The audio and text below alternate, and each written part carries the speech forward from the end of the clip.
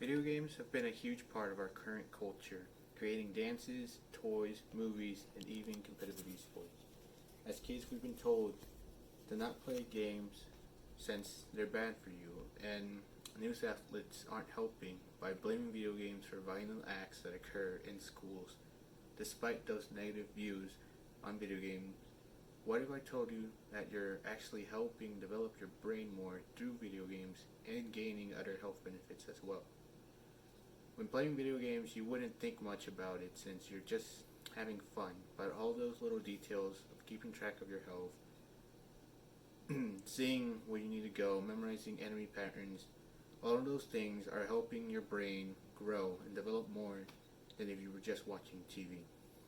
In an article published by the BBC News called "Can Video Games Be Good for You?", they mention of an experiment conducted by German neuroscientists that asked 23 people to play a 3D platforming game for 30 minutes each day for 2 months to see how their brain developed during that time. After 2 months, they did an MRI scans of the participants and compared them to the scans they did prior to the experiment. The results showed growth in parts of the brain like the cerebellum, which is responsible for coordinating and fine motor skills, the right frontal cortex that helps planning and organization skills, and finally, the hippocampus, which helps with navigation and memorizing routes to your destination. While this is just a small instance of how playing video games can be beneficial, it also still goes to show that you're not just having fun while playing video games, but you're also helping your brain develop more than if you were just laying around all day. Now, I know what some of you are thinking. Well, sure, video games might help us develop our brains more, but we're still just sitting down for hours not doing anything or getting any exercise. That might be true for some video games, but not all video games require you to sit down to play them. There have been multiple consoles that use motion controls in order to play games, and developers have taken advantage of those consoles and created games that use your whole body to play them. An article published by Quinn on improv.com called "Scientific Studies Show Why Everybody Should Play Video Games" talks about how video games that require you to move around are good for exercise. Considered for young gamers, an experiment was conducted by scientists from the University of Oklahoma Health Science Center. Used a group of children of ages 10 to 13 to see if games that involve movement, such as Wii Sports and Dance Dance Revolution, actually helped them get some exercise. The results were beneficial since children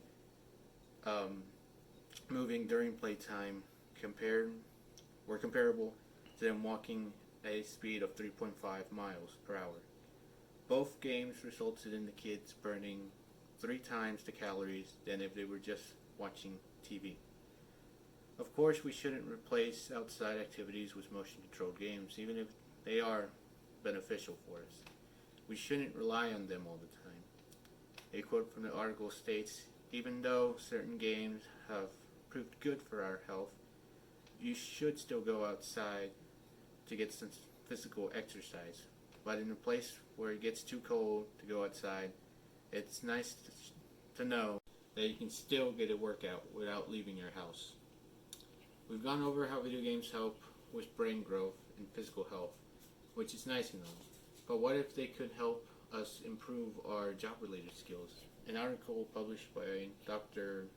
Peter Gray, PhD, on Physical Today called "Competitive Benefits of Playing Video Games" talk about how playing video games can improve skills in job environments that require good eye-hand coordination, awareness, excellent memory, and quick decision making.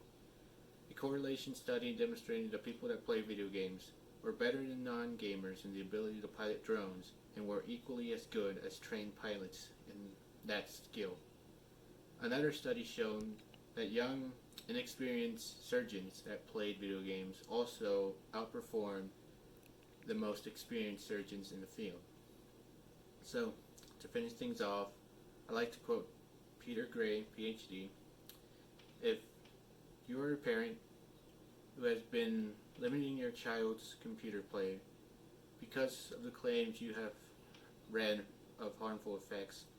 The research summarized here and in my previous post on video games might give you peace.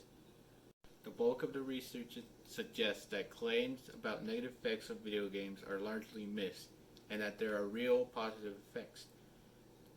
The kind of mental skills that video games help to develop may be increasingly important in today's world. Thank you.